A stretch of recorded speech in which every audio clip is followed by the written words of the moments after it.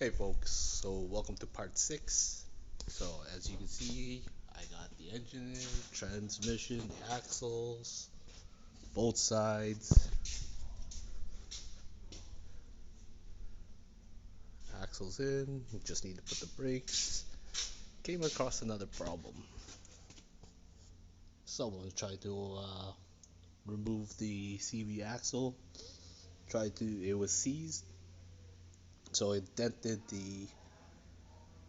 the axle. I couldn't put the axle nut in there. So I'm drawing back for another couple of hours. So whatever you do, don't mess up when you put it back together. Things will happen. And all I have to do now is put the battery, the intake, or the air filter, the computer,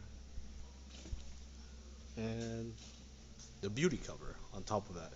So stay tuned to part 7.